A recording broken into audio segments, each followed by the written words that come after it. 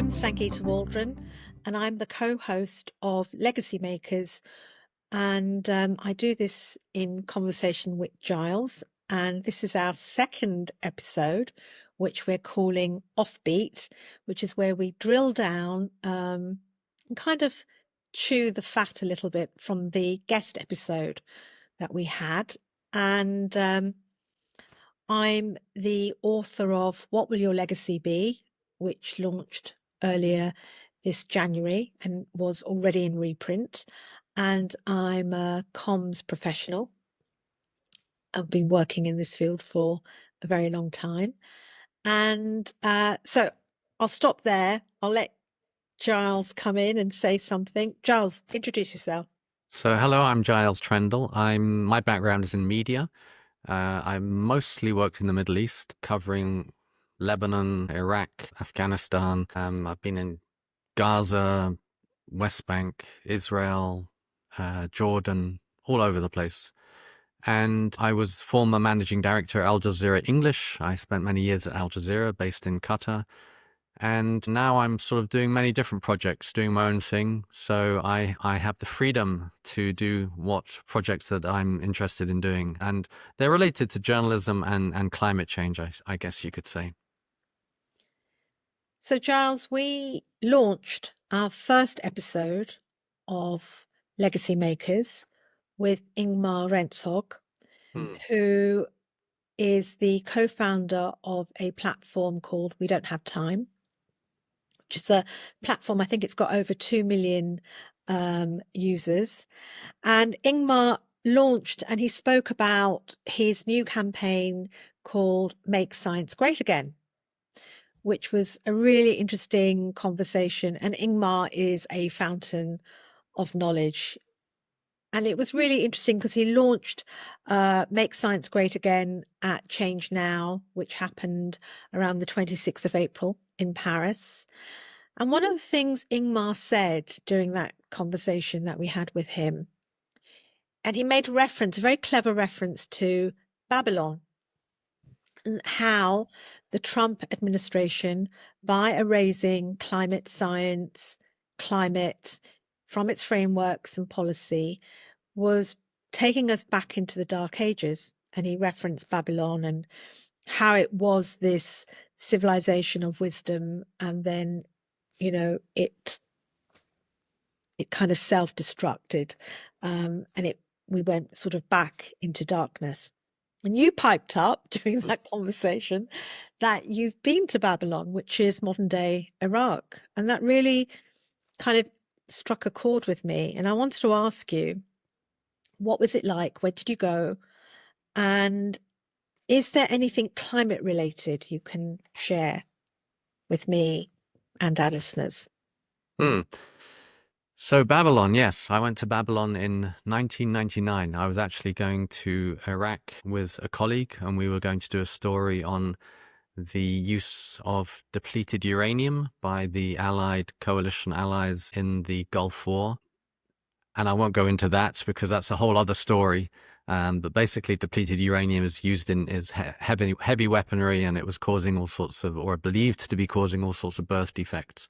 But anyway, we went to Babylon. Babylon is about 50, 60 miles south of Baghdad.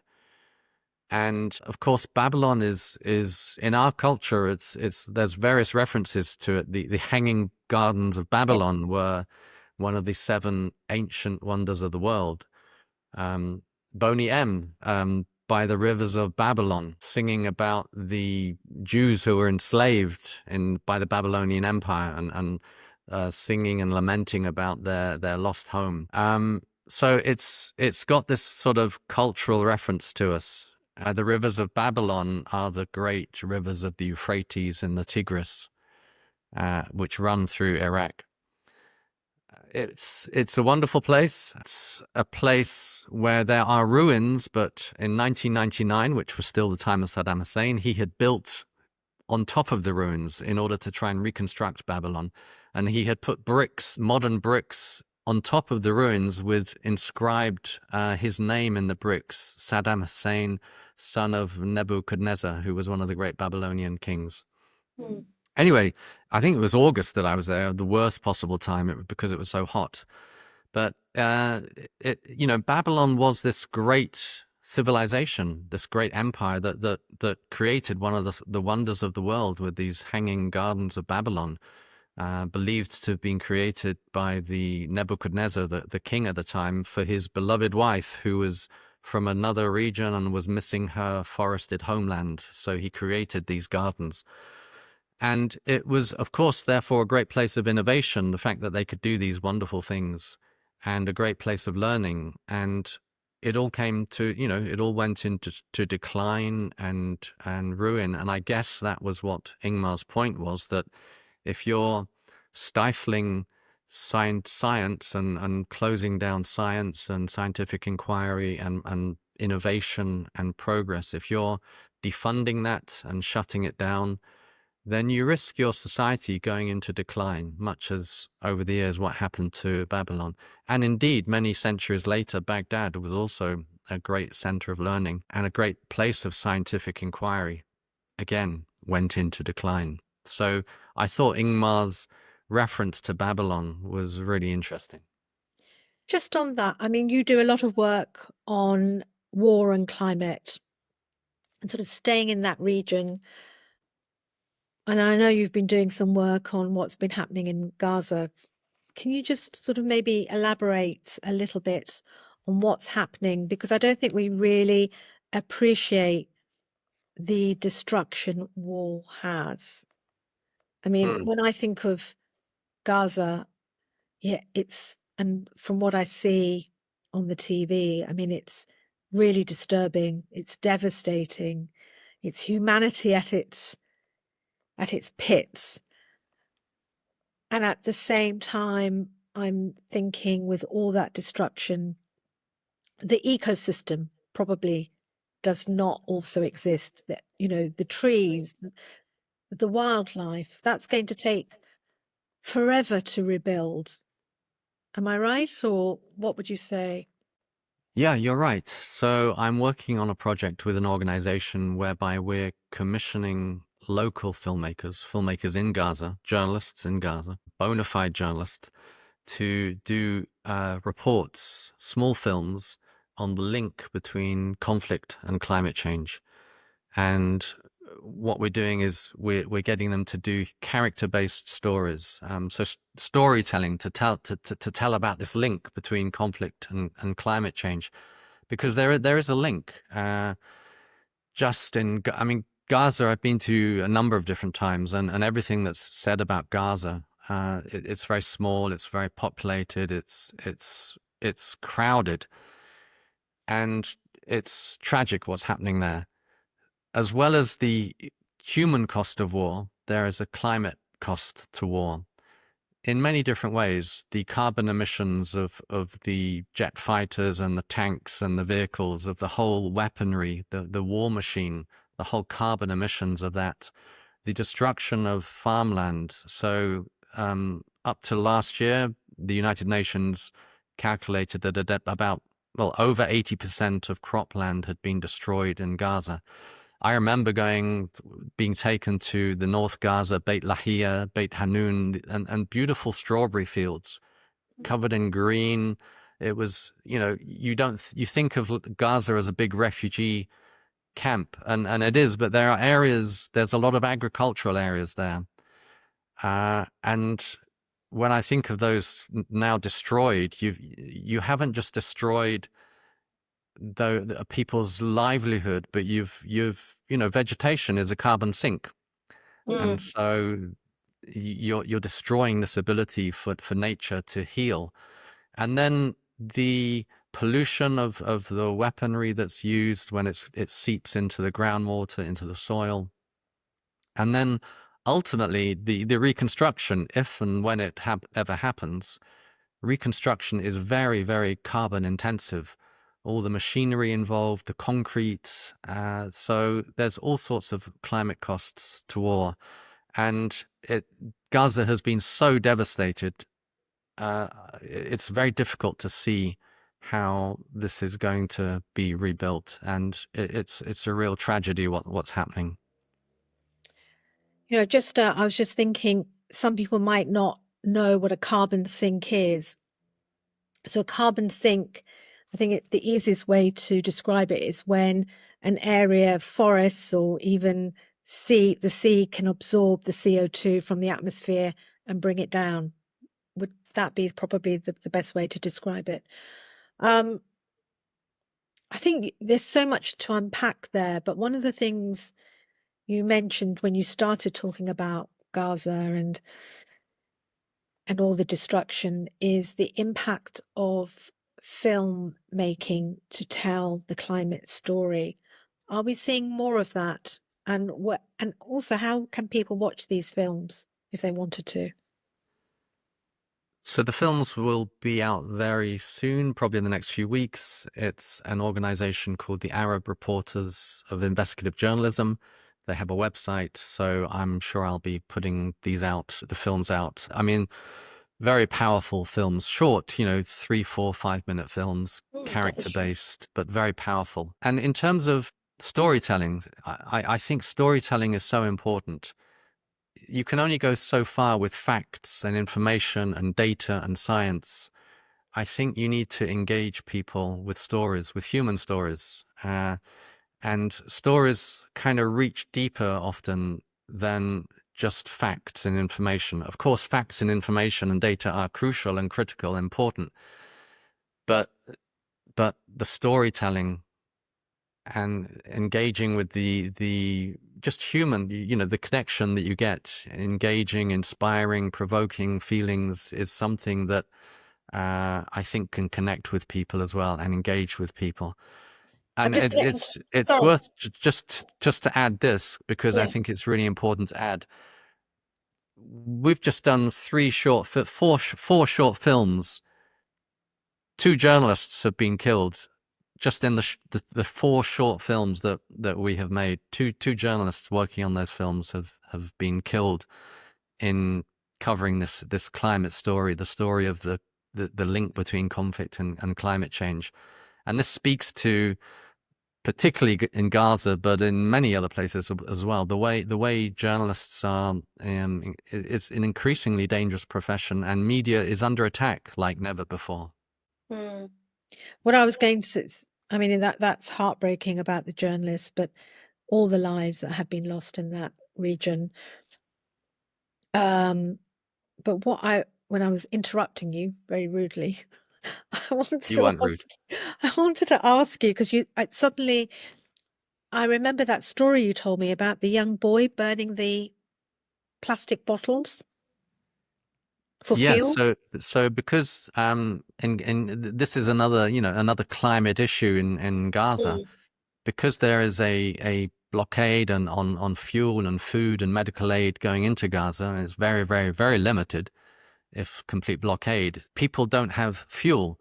So what's happening is that you have these kind of entrepreneurs, for want of a better word, people who are paying others to collect bits of plastic from all the ruins, and then with these I guess blackened tankers, they are heating the plastic to burn the plastic, because of course plastic is originally made from fossil fuel.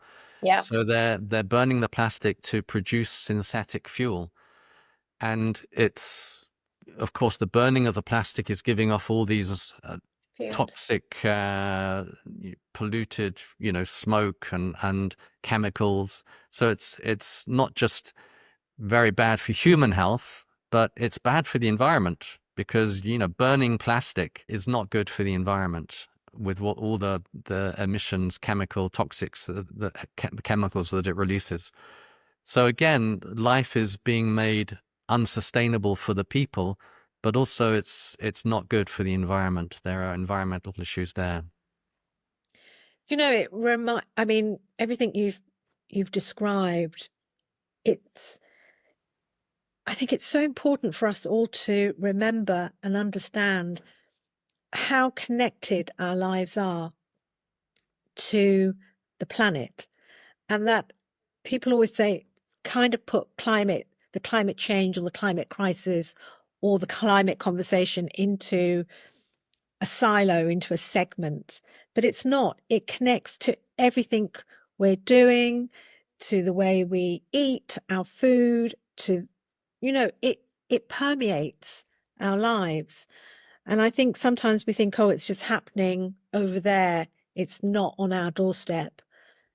But I think the pandemic has taught us, if anything, how connected we all are. And I'm sure what's happening in Gaza with regards to how it's changed that local ecosystem will have an impact on our own weather patterns, also on food production, on everything. Absolutely, and it will affect the region, and it's it's going to affect Israel when Israel right next door, and the surrounding countries, and you have over 2 million Palestinians. Are they going to continue living there? Are they going to be forced out to live somewhere else? Where might that be?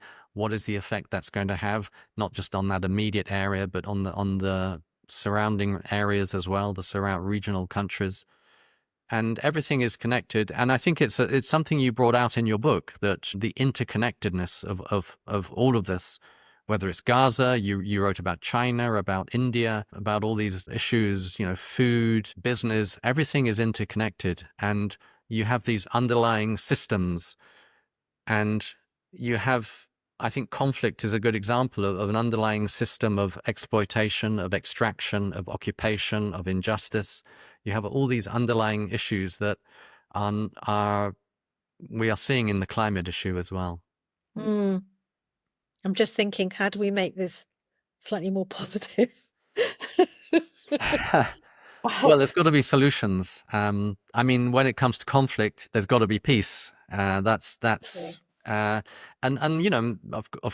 you're hearing it more and more, that many people are realizing, and in Israel, from what I'm reading and hearing, many Israelis themselves are saying, we've got to have peace. We can't just have this endless war. But there are solutions to the climate crisis. We know there are solutions. We know that there are different forms of energy that we need to invest more in. But of course, we are facing denial in some cases, distraction, disinformation, and so this is something that we're going to have to find ways to deal with. Just on solutions, and I think this is probably a really nice way to kind of end offbeat this general chit chat, is that Sir David Attenborough has got his new film out called Ocean, and I've been reading a lot about it, and he really talks about solutions, and that he probably won't be around to see how this story will end and how it will play out, but there are definitely solutions, and that the ocean provides so many of the things that we're looking for here on land. And the ocean also regenerates at a much faster rate. And I mean, when I was writing the book, I discovered how important the ocean and the seas are to everything we're doing on land. And as someone also pointed out to me, as humans, aren't we made up of 70%, 75% of water? Yeah. And so I thought that was a really interesting, again, it's how we're all connected to this planet. But I think Sir David Attenborough does talk about the solutions, that the solutions are there. It's up to us to work with the solutions that we have already found and to create more solutions. And it's within our time scale to do that and to make it better for everyone. It's amazing, and he is the great storyteller of our times, and such a wonderful voice for this. And I think is he 99 years old? Today's his birthday. Yeah, The yeah, 8th of May is his yeah, birthday. yeah. Yeah, so So that's what long may he live 99 more years, because we need voices like his. So, but Yeah, I'm looking forward to seeing this film. And Me of too. course, as you said, you wrote an art. One of your chapters in your book was about oceans, wasn't it? Yeah, you're doing so many great book plugs. Oh, it's a good book. Thank you. So, Giles, should we say goodbye? Yep. Okay. Well, it's been a pleasure. Thank you. Wonderful to talk. And until the next time. Oh, we should say we've got a guest coming up in our next episode. That's right. Yeah. So this is the offbeat. This is this sort of chit chat between ourselves, and then the next episode we'll have another guest, and then after that we'll do another offbeat chit chat just between ourselves. All right then. All right. Bye. Thanks, Sangeeta. Bye.